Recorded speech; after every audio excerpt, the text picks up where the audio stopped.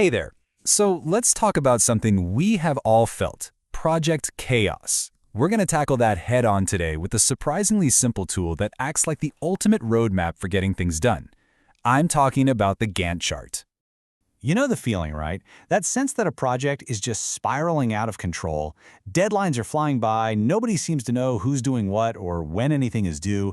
It's just frustrating. And it's exactly the kind of problem we're going to solve today. And the solution is this really elegant tool that's actually over a century old, the Gantt chart. See, it was developed by a guy named Henry Gantt way back in the 1910s, and its genius is its simplicity. It takes that whole tangled mess of tasks and deadlines and turns it into one single visual schedule that anyone, from the CEO to a new intern, can understand with just a glance.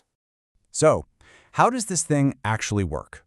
Let's break it down, peel back the layers, and see what really makes this roadmap tick.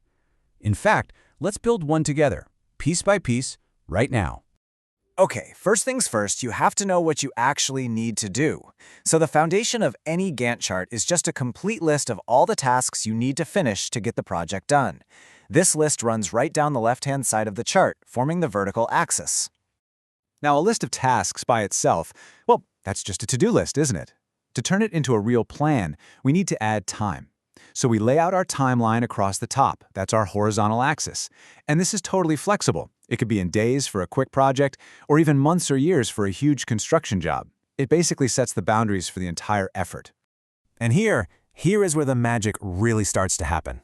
We take each task and we give it a home on that timeline, using a simple bar. The length of the bar tells you instantly how long the task should take. A short bar for a quick job, a long one for a big effort. And its position on the chart shows you exactly when it's supposed to start and when it's due. And just like that, your to-do list is now a schedule. But projects aren't just a random collection of tasks, are they? They have an order, a flow. You can't frost a cake before you bake it, right? That's where dependencies come in. We use these simple arrows to link tasks together, creating a chain of logic that shows, hey, you can't start this until that is finished.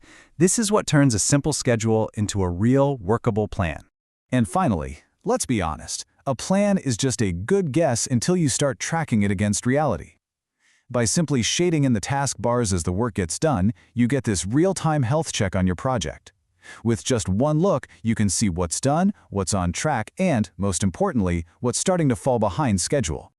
So, just to recap, the core building blocks are your tasks, the timeline, those task bars, the dependencies that link them, and often you'll see milestones, those key deadlines, often shown as a little diamond. These are the fundamental pieces of any Gantt chart. Okay, theory's down. Now let's get our hands dirty. How do you actually build one of these things? Let's walk through the exact steps, taking you from a blank page to a fully finished project plan. It's really a simple 5-step process. First, you just brainstorm every single task, big and small. Then, you put on your estimation hat and figure out about how long each one will take. Next, you connect the dots by identifying those dependencies.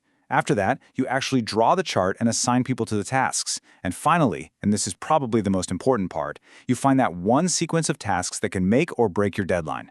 Let's use a super simple example, launching a school magazine. So here we've listed out the main tasks, we've estimated how many days each will take, and we've noted the dependencies. You can see it right there. Content writing can't start till the concept is final. Design can't start till the writing's done, and so on.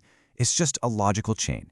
In this chain of dependencies, this reveals what is maybe the most powerful concept in Gantt charts, the critical path. Think of it as the project's backbone. It's the longest sequence of tasks that all depend on one another.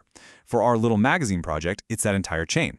And here's the key insight. If any single task on this critical path gets delayed by even one day, the entire project gets delayed by one day. No exceptions. This is the path that a project manager absolutely obsesses over. So you might be thinking, that seems like a bit of work. So why go through all this trouble? Let's really dig into the clear advantages that make Gantt charts such an indispensable tool for project managers everywhere. So what's the payoff? Well, the benefits are huge. You get instant clarity. No more guessing games. It forces you to think through every single detail right at the beginning. It is an amazing communication tool. It can end those endless, "So what's the status?" meetings. And for the team, it's actually really motivating because they can see exactly how their piece of the puzzle fits into the bigger picture. Okay, but let's be realistic here. No tool is a silver bullet. To really understand Gantt charts, we also have to look at their limitations and where they can sometimes fall a little short. So here's the trade-off. For all their amazing clarity, on truly massive projects with hundreds of tasks, they can become a complex spiderweb that's actually hard to read. They also require constant updates to be useful. And remember, they're built to track time, not dollars. You're going to need other tools to keep an eye on the budget. And it's important to know they don't exist in a vacuum. Something called a work breakdown structure, or WBS, is what you'd often create before a Gantt chart just to list all the tasks. And other tools, like critical path analysis, are more mathematical. They focus purely on the logic and timing without the visual bars. They all can work together to give you total control. But ultimately, when you boil it all down, it comes to this. For any complex project, one that involves a lot of moving parts and different teams, a Gantt chart is an absolutely essential tool for planning, coordinating, and staying in control from start to finish. So there you have it, the Gantt chart, a simple, powerful, and time-tested way to bring order to just about any chaotic project, which really just leaves one question for you. For that next big thing you're planning, whether it's launching a new product or planning an event or even just renovating your kitchen, what's the very first task you'd put on your chart?